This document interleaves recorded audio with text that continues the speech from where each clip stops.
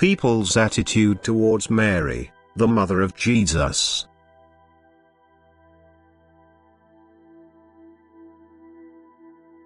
I am always willing to answer when you are moved by spiritual questions, for you, who are intended to spread the truth from me, must also know the truth yourselves. You must be able to differentiate between error and truth. And therefore a light has to be kindled where you are still dark in spirit, where ambiguity still exists. For you should know that one misguided teaching will repeatedly lead to new errors.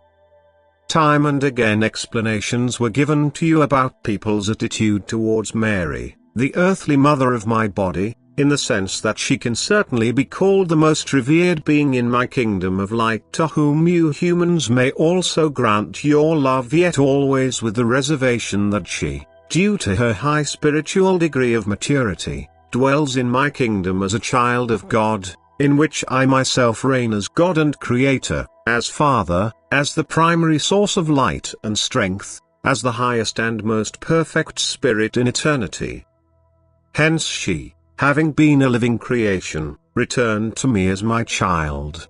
Whereas I am the Creator myself and therefore would like to receive unlimited love from you humans, which you will also grant to me when you have completely entered into my will and wholeheartedly yearn for unification with me.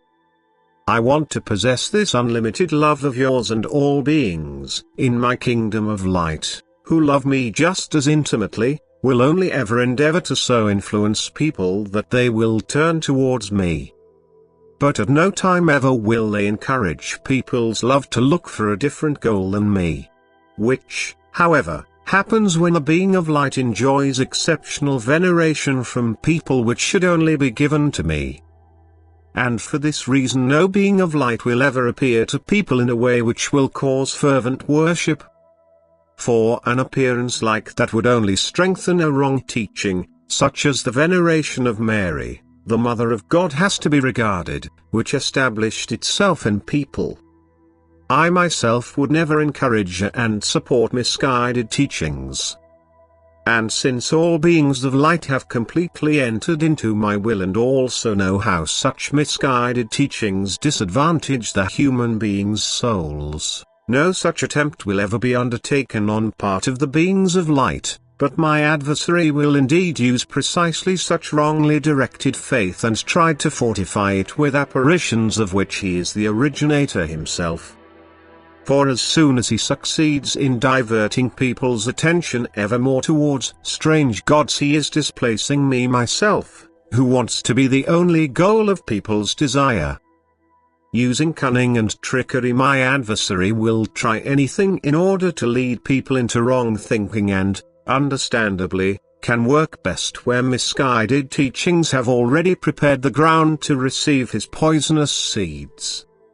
Time and again my love, wisdom and might revealed themselves by conveying my word, so that people were introduced to the truth.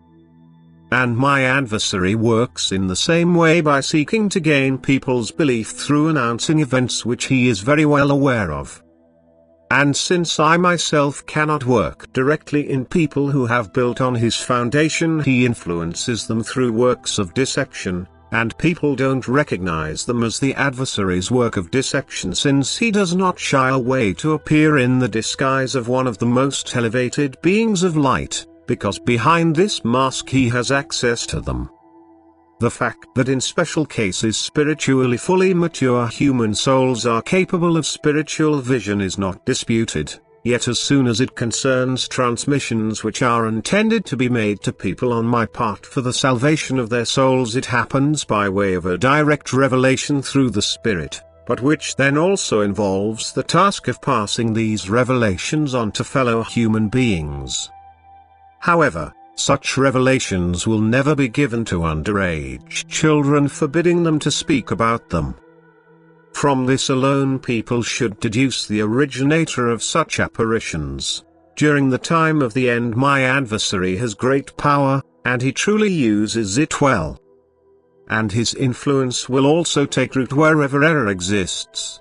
The error will be ever more strengthened, and the fact that you humans are offered error is evidenced in that, time and again, precisely that being of light is placed into the forefront which would like to use all its influence only such that it will guide people towards me as the divine Redeemer, because it knows in what bondage they languish and that they can only find deliverance through Jesus Christ. Such apparitions, however, only ever succeed in providing extraordinary momentum for the adoration of God's Mother. Which is also my adversary's will, that people create strange gods for themselves in order to worship them. A large structure of lies has been erected and its walls keep getting ever stronger, but which can only be destroyed by the pure truth which is conveyed from my side to earth. And anyone who desires to know the truth will also clearly understand and be able to differentiate between lies and truth. He will appeal to me myself for clarification, and I will truly not withhold the truth from him. Amen.